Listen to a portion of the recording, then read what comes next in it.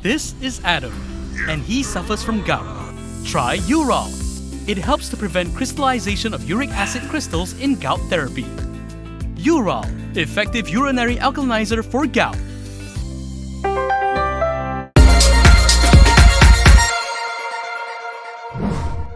Hello, I'm Camelia, and this is Kini News. Former Finance Minister Daim Zainuddin has filed a lawsuit against MACC Chief Commissioner Azam Baki, alleging prejudicial remarks and disregard of judicial instructions regarding asset declaration. MACC Chief Commissioner Azam Baki confirmed he has received a summons letter filed by former Finance Minister Daim Zainuddin. He said the document contained claims that MACC's actions were not according to procedure. He was speaking during a dialogue session on a Sarawak government-owned TV station last night. Baru saya kena suruh oleh Tun Daim. Tun Daim suruh saya kerana pada dia act of Chief Commissioner is wrong.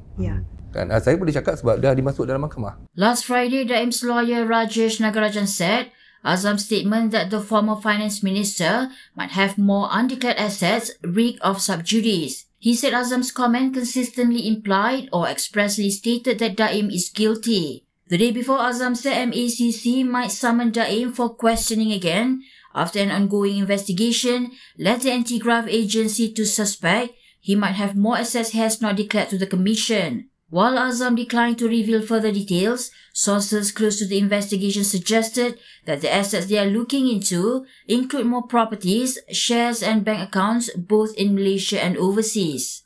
Meanwhile, Prime Minister Anwar Ibrahim lashed out at those who argue that certain individuals should not be investigated for alleged corruption because of their advanced age.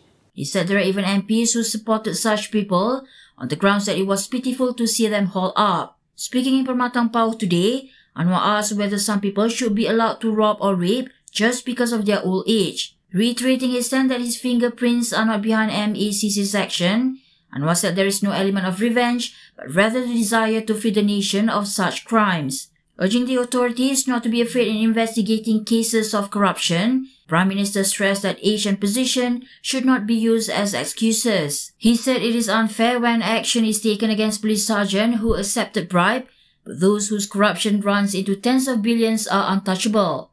Previously, former Finance Minister Daim Zainuddin and his wife Naima Abdul Khalid had accused the Prime Minister of settling old scores when MACC launched an investigation into their wealth. MACC has also ordered former Prime Minister Dr. Mahathir Mohamad's sons, Mirzan and Mozani, to declare their assets. Moving on to the next story, the police have received 5 reports of death threats made against lawyer Nik Alin Zurina Nik Abdul Rashid thus far. Home Minister Saifuddin Nasution said that all 5 of the police reports were lodged in Kuala Lumpur. Kita monitor daripada Perlis sampailah Sabah semua ya. Negeri lain belum. Yang ada cuma 5. Baik. Di mana 5 tu? Report Hartamas, Sri Hartamas, report Jinjang, report Sri Hartamas, report Sri Hartamas, report Sri Hartamas. Jadi 4 report Sri Hartamas dan 1 report Jinjang. Perbuatan mengugut dan sebagainya tu akan hanya merugikan pihak yang membuat ugutan. Pihak polis, saya yakin tahap profesional yang ada will go after those people yang mencetuskan perkara macam ni. Saifuddin also urged the public to maintain peace and harmony and that action would be taken against those who issue death threats. On Wednesday, Kuala Lumpur Police Chief Alauddin Abdul Majid said police have opened 3 investigation papers on threats made against the lawyer, with one of them having already been completed. Nik Alin's 3 police reports were made after she received several death threats over her constitutional challenge to provisions under the Kelantan Sharia law. Last week, a federal court bench of 9 judges in an 8-1 majority decision allowed a petition by Nik Alin and her daughter, Tengku Yasmin Natasha Tengku Abdul Rahman, to nullify 18 Kelantan Sharia criminal provisions. Will it be the end for the 6 MPs who declared their allegiance for PM, as Bersatu is planning to end future moves by party members and leaders to switch support? Bersatu is expected to amend its party constitution during a special General Assembly on March 2nd. This comes after 6 Bersatu MPs switch allegiance and declare support for Prime Minister Anwar Ibrahim without quitting the party to avoid triggering the anti-hopping law. Bersatu Information Chief Razali Idris uploaded the letter containing details of the Special General Assembly on his Facebook page last night. In his Facebook post, Razali added that with the amendment of the party constitution, it will be the end of the 6 MPs and Bersatu will rise again. The letter, dated February 13 and signed by the party's Secretary General Daim Zainuddin, detailed that the General Assembly will commence at 3 p.m. at IDCC Shah Alam. So far, 6 Bersatu parliamentarians have pledged their backing for Anwar, citing the well-being of their constituents. They are Zulkafli Hanapi, Syed Abu Hussein Hafiz Syed Abdul Faisal, Iskandar Zulkarnain Abdul Khalid, Muhammad Azizi Abu Naim, Zahari Kecil and Suhaili Abdul Rahman. On January 26, Syed Abu Hussein claimed that about 10 more Bersatu MPs are expected to declare their support for Anwar. DAP Chairperson Lim Guan Eng and 2 other party heavyweights' defamation suits against past lawmakers Siti Mastura Muhammad are set for a 6-day full trial in September. Counsel Sangkaran Nair, who is acting for Guan Eng, as well as DAP veteran Lim Kit Siang and Sapute MP Teresa Kok, confirmed the trial dates for the civil action.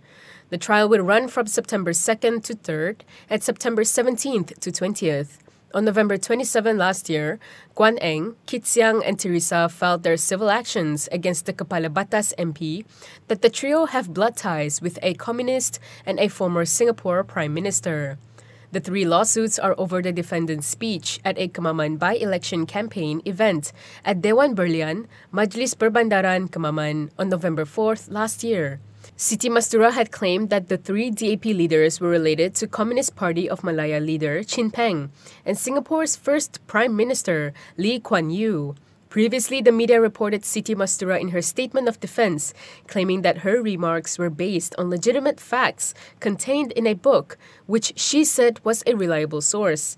The source she was referring to was a handbook published by the Barisan Nasional Communications Department as part of the coalition's 15th general election campaign material. Local gangsters threatened a Sarawak MP after they were said to be unhappy for getting only 5 ringgit ang pao from him. The incident allegedly happened during a Chinese New Year gathering on Monday. Julao MP Larison's close encounter with 4 alleged gangsters in his constituency recently stemmed from the 5 ringgit ang pao he had given the latter. According to District Police Chief Andam Sulin, the 4 suspects, aged between 32 and 53, were arrested on February 12, less than 24 hours after Seng lodged a police report.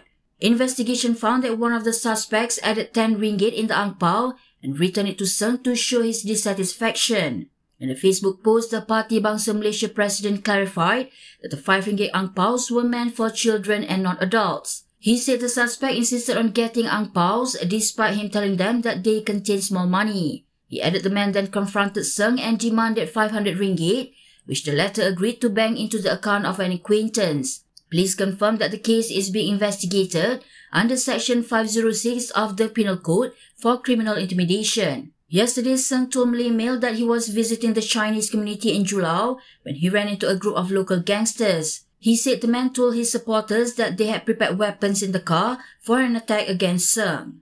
It's officially back to school for Ismail Sabri, as the former Prime Minister declared yesterday that he had returned to university to continue his education. Ismail Sabri Yaakob, who had the shortest stint as Prime Minister with just 15 months, announced that he is pursuing his studies at University Utara Malaysia, UUM.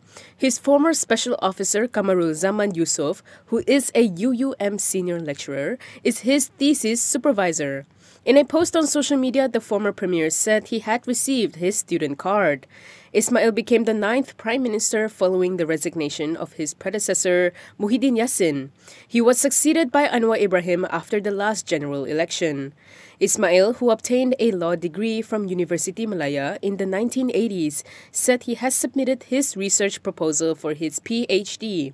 According to his Facebook post, his thesis will be on Malaysia's actions to combat COVID-19. He added that Malaysia was recognized by the World Health Organization as among the best in tackling COVID-19. Ismail, who is also the Bura MP, noted that no nation can be cited as an example in dealing with the pandemic because it was unprecedented for all countries. And that is all from me today. For more stories, you can go to Kinitv.com. You can also follow us on Instagram, Twitter, YouTube, and Facebook for the latest news updates. If you'd like to support independent media, do consider subscribing to MalaysiaKini.com. I'm Kimilia. Thanks for watching.